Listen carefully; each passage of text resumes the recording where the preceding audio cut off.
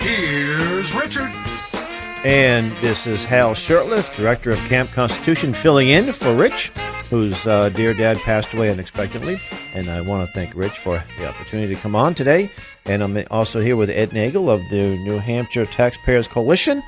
And online is a friend of mine who will also be at Camp Constitution. See, I had a little of an agenda here. I got everybody that's on, except for the first caller out of Texas, will be at camp this year, and actually next week. So how you doing there, Larry? Very well. And Larry, Larry Pratt is the director. I believe you're the founder, too, of Gun Owners of America.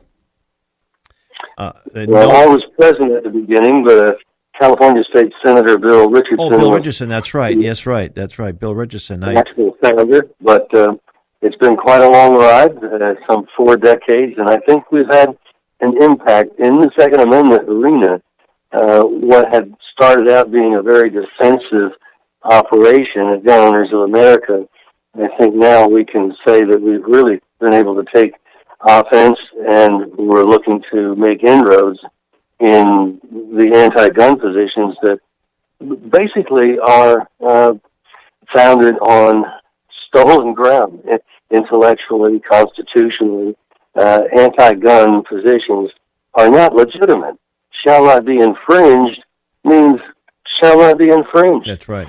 And I think increasingly the American people get it. After the IRS scandals, Lois Lerner and using the IRS as a political weapon for her buddies, I think a lot of Americans have come to the conclusion that maybe government is not so benign. Maybe people have motives even beyond what they say.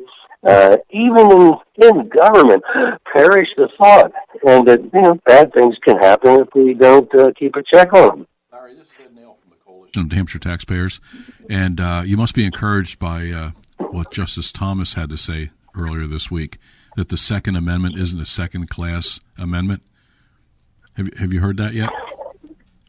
He and Justice Gorsuch, who agreed with him in a dissenting opinion on a gun control case, made a very good case that we can't let gun control destroy the meaning of the Second Amendment. Right. And I think Justice Thomas has proven to be the intellectual rock of the Constitution generally on the court, and it looks as if the new Justice Neil Gorsuch from the 10th Circuit out in Denver is going to be right there with him, and I thought that was very encouraging. And we were hoping that might be the case, but you never really know until something like this comes up where there's a major decision.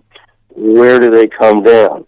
And the so-called Republican Roberts and even Alito, who's often but not always on the constitutional side, they were not on the right side on this one.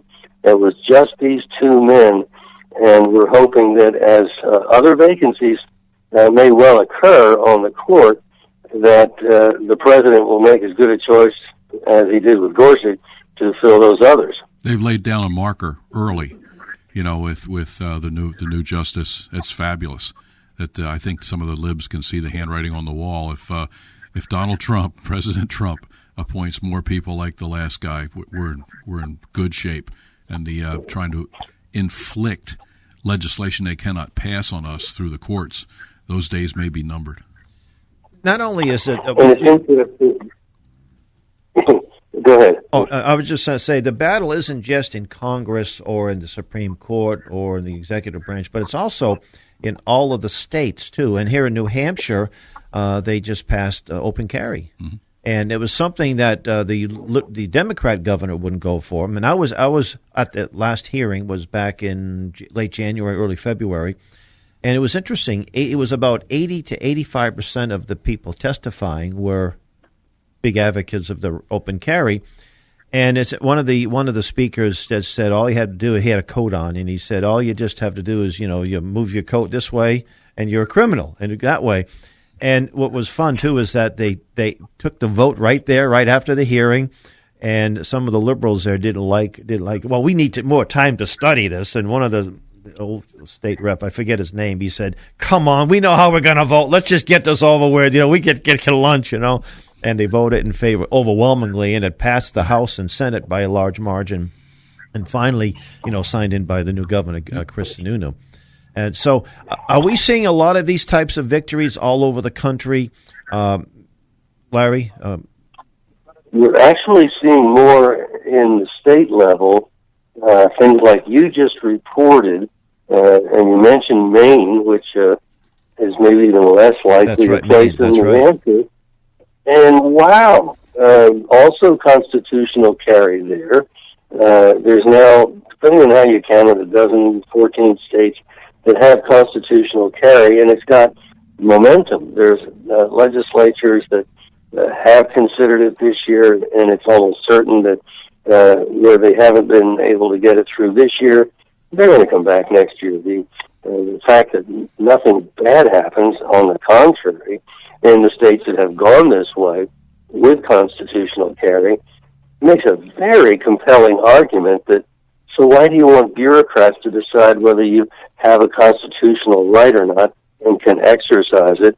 Do we have a Department of Speech Control that approves editorials and other forms of speech that are being communicated? And why do we have a Department of Firearm Approval, the background check, the licensing, and all of that? And fingerprinting. Since when have bureaucrats ever done anything honestly or well? Larry, can you give I know that stats are a big part of this gun control debate. And they'll tell us, the other side will say, well, states have open carry, the crime rates have gone off the chart. I think that's quite the contrary.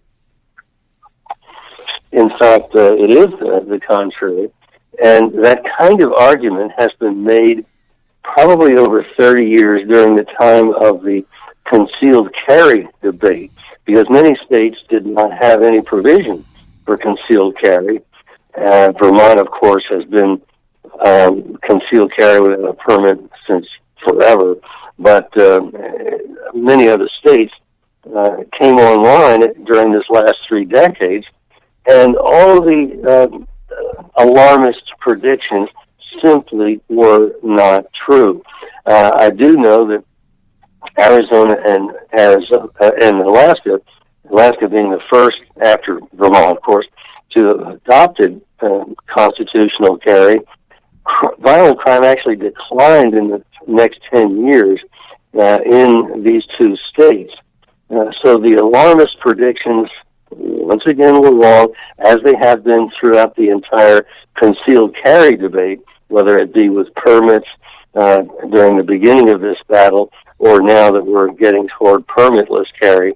The same, criminals will be able to get a gun, and criminals have not been able to get guns now. Now, the only people that haven't been able to get guns easily are the good guys. And that's all constitutional carry says, is the good guys shouldn't have any more of an impediment for getting a gun than the criminals do. The criminals do, that's right. Well, I live in Massachusetts, and it's extremely difficult to be able to concealed carry, and you have to first take a course. Then you have to go to the police chief. And the police chiefs have a lot of arbitrary power under the law. And I remember a number of years ago in the town of Sharon, Massachusetts, which is sort of a wealthy suburban Boston, the police chief only issued concealed carry for those who either are abortion doctors or prison guards. And somehow I don't think the Second Amendment of the Constitution or the Massachusetts Constitution, Part the First, makes any reference to abortion doctors or prison guards, that only should they be allowed to carry. I remember not that long ago that there was an argument that the Second Amendment was a collective right. A collective right. Remember that nonsense? Yep. Well, I spoke at the Flag Day Second Amendment rally with Larry just a few weeks ago in Ware, Massachusetts. And I pointed out that the Second Amendment didn't give us that right. You're born with it. You had that right. It just said basically Congress can't mess with it. And can you imagine the militia in Lexington and the British are marching up the street, and, well, wait a minute, no, we really shouldn't have these muskets because we don't have a Second Amendment yet, Oh, yeah, you're right, fellas. Well, we better go home and wait till we have an amendment that gives us the right. No, we had that right. And maybe they could get a permit to carry the musket from King George. Actually, they were there to do two things: arrest John Hancock and Sam Adams, and take the powder. Take the powder. So you can have all the muskets in the world. You don't have any powder, you can't do much with them. And what's changed? And that would have been made illegal to import into the colonies. Right. So they understood the pressure point very well. The British were evil; they weren't stupid. Now, also, New Hampshire, I've read the New Hampshire Constitution. I'm not quite sure where it is, but it's probably early part of the Constitution, where you have, not only do you have the right, but it's also, you have a right to defend. Article 10. And I think it's a little strongly worded. It's very strongly worded. As opposed to... It's like to live under oppression is foolish. And you have a duty to throw off that yoke of oppression by any means. And that's Article 10. When I have people from other countries come here... That's pretty tough. To learn about the right to know law, which we do quite a bit, the first thing I do is show them Article 10. Look, I got this copy of the state constitution for you through the right to know law. Hey, let's start with Article 10. And they're always shocked. Well, Larry, you were on... the founders, go ahead. The founders had a religious basis for that view. They articulated rather often that rebellion to tyranny is obedience to God. Right. And so there was just no way the colonists were going to be talked out of living the way they would determine to live themselves. They were not content at all to live under a tyrant. And the more tyrannical the king got, trying to impose his will on colonists who were increasingly interested in asserting, as you say, their already existing rights that they obtained at birth, that led to the unpleasantness, shall we say, and the Battle of Concord, where at the end of the day, it wasn't just at Concord, but the British lost about a quarter of their troops. And it was stunning that a bunch of peasants and shopkeepers would shoot at the king's men. How could they think of such a thing? That wasn't cricket. And of course, the answer came back. Yeah, right. How could you think of being such lousy human beings? We're not going to tolerate it. Larry, you were on the Piers Morgan show a few years ago, and I remember watching that.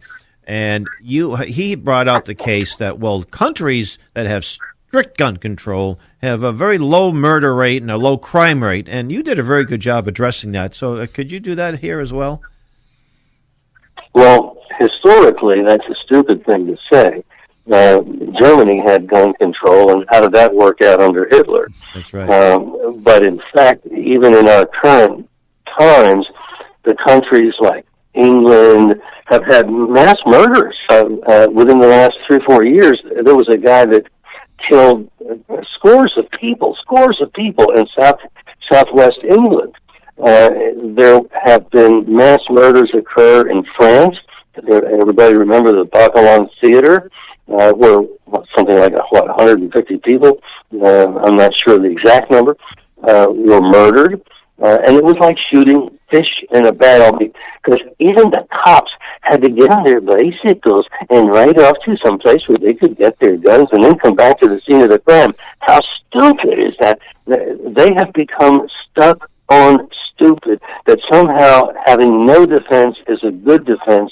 And most of Europe, at least up until the point that you get to Austria and Czechoslovakia, the Czech Republic, Slovakian Republic, and further east, they got it now. And in the Slovak Republic, there's a right to keep and bear arms that's probably in practice more desirable than what you have to put up with in, say, what we have to put up with in Massachusetts. So it looks like that the message of freedom is it's resonating around the world, at least in this regard. I think so. If people can see that if all they can do is say yes, sir, to some thug, there's not much you can do other than that. But if you have the means to tell the thug that you've crossed the line, you don't really want to do that again, that has a real healthy impact.